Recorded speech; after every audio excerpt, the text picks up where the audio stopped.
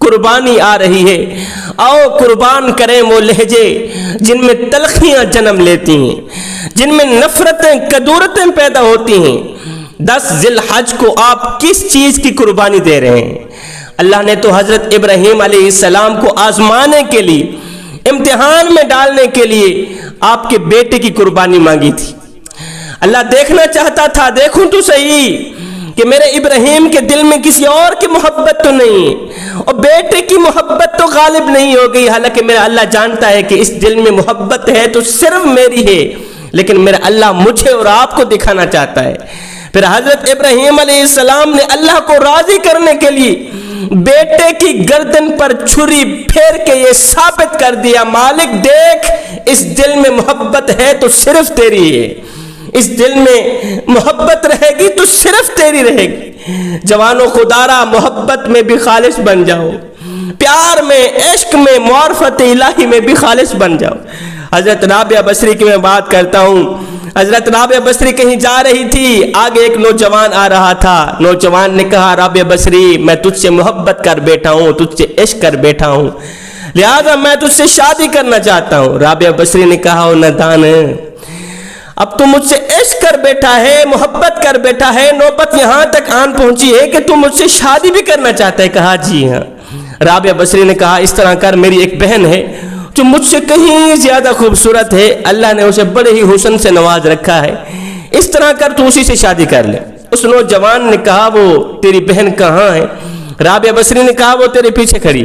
اس نوجوان نے یک لس مڑ کر پیچھے دیکھا تو رابعہ بصری نے اس کے منہ پر ایک تماچا مارا، تھپڑ مار کر بولی، او بدبخت، محبت رابعہ بصری سے کرتا ہے، تکتا غیروں کو ہے، اور عشق رابعہ بصری سے کرتا ہے، تکتا غیروں کو ہے۔ ابھی ہو گیا ہے تیری محبت کا امتحان۔ اس نوجوان نے اپنا سر پیٹا، خاک ڈالی، کہا، میں نے دنیا میں کسی عورت سے محبت کا دعویٰ کیا، جب مڑ کر پیچھے دیکھا تو میرے منہ پر ایک تماچا لگا۔ کہا، کتنا بدبخت ہوگا وہ انسان جو دعویٰ کرے رب کی محبت کا، تکے غیروں کو، جو دعویٰ کرے رب کے عشق کا، تکے غیروں کو۔ ہے جوانوں، محبت میں بھی خالص بن جاؤ، اور سچی محبت قربانی مانگتی ہے، سچی محبت امتحان مانگتی ہے۔ قربانی چاہے ایک بیٹے کی ہو، چاہے کربلا کی سرزمین پر 72 شہیدوں کی ہو، قربانی چاہے اسماعیل کی ہو، قربانی چاہے کربلا کی سرزمین پر علی اکبر کی ہو، علی اصغر کی ہو، قربانی چاہے اولو محمد کی ہو، قاسم کی ہو، قربانی چاہے حضرت اسماعیل علیہ السلام کی ہو، قربانی چاہے کربلا کی تپتی سرزمین پر، تپتی ریت کے اوپر فاطمہ کے بیٹے نواسہ رسول امام حسین کی ہو، قربانی قربانی ہی ہوتی ہے۔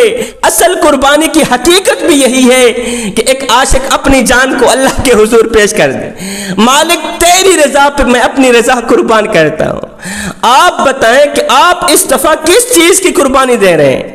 صرف بکرے کی قربانی دے رہے ہیں یا اپنے آپ کی قربانی بھی دے رہے ہیں؟ اپنے آپ کی قربانی دینے کا مقصد یہ نہیں ہے کہ آپ چھرا اٹھائیں اپنی گردن پہ پھیر دیں۔ اپنی قربانی کا مطلب یہ نہیں ہے کہ آپ غریب ہیں، قربانی نہیں کر سکتے، سود کا پیسہ اٹھا کر آپ قربانی دے رہے ہیں، ہرگز نہیں کرنا ہے ایسا۔ اپنے آپ کی قربانی دینے کا مطلب یہ ہے کہ آپ بکرا ذبح کرنے کے ساتھ ساتھ اپنی انا کو بھی ذبح کر ڈالیں، بکرا ذبح کرنے کے ساتھ ساتھ اپنے غصے کو بھی ذبح کر دیں، بکرا ذبح کرنے کے ساتھ ساتھ اپنے اندر رکھی حقارت کو، نفاق کو، غرور کو، تکبر کو، سب کچھ فنا کر دیں، ختم کر دیں۔ بکرے کو ذبح کرنے کے ساتھ ساتھ غیبت کو بھی ذبح کر دینا، چغلی کو بھی ذبح کر دینا، جھوٹ کو بھی ذبح کر دینا، یہ ہے تمہاری اصلی قربانی۔ قربانی کرتے وقت اللہ سے یہ عہد کریں، مالک تھکاوٹ ہونے کے باوجود بھی نماز نہیں چھوڑوں گا، سجدہ کرنا نہیں چھوڑوں گا، مالک ہر وقت تیرا شکر ادا کرتا رہوں گا، اس زبان پر ناشکری کے الفاظ نہیں آئیں گے، تیرا شکوہ نہیں کروں گا۔ مالک آج تیری محبت کی خاطر، تیری محبت کو پانے کی خاطر میں اس چیز کی بھی قربانی دوں گا جو میرے نفس پر بھاری ہے، جو مجھے مومن بننے سے روکتی ہے، جو مجھے نماز پڑھنے سے روکتی ہے، جو مجھے حق سچ بولنے سے روکتی ہے، میں اس چیز کو بھی ذبح کر رہا ہوں۔ آئیں عہد کریں کہ اس عید پر ہم انا جیسے جانور کو بھی ذبح کریں گے، جس کی وجہ سے ہماری تمام عبادات دھندلا جاتی ہے۔ جوانوں، اس انا کو ختم کر دو، اس انا کو فنا کر دو۔ انا کی فنائی میں بقا ہے۔ انا ایک ایسا اژدہا ہے جو ہماری تمام عبادات کو نگل جاتا ہے، ہماری نماز کو، روزوں کو، قیام کو، رکوع کو، سجود کو اس طرح کھاتا ہے جس طرح آگ لکڑیوں کو کھاتی ہے۔ انا ہماری نیکیوں کو اس طرح کھاتا ہے جس طرح آگ لکڑیوں کو کھاتی ہے۔ خدارا، جانور ذبح کرنے کے ساتھ ساتھ انا جیسے جانور کو بھی ذبح کر دینا۔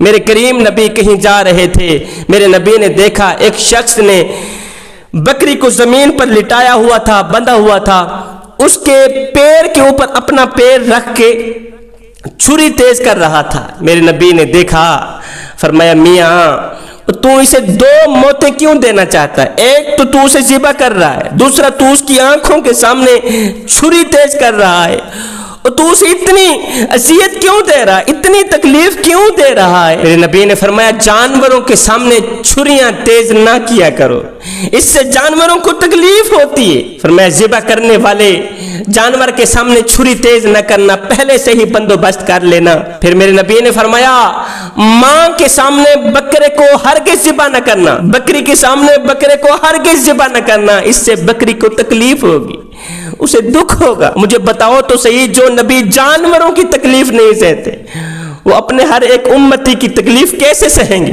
اب جانوروں کا تو کوئی جوڑ ہی نہیں انسانوں کے ساتھ۔ میرے نبی نے فرمایا صحابہ، کسی یتیم بچے کے سامنے اپنے بچے سے پیار نہ کرنا، اس سے یتیم کا دل دکھے گا، اس کو اس کا مرا ہوا باپ یاد آئے گا۔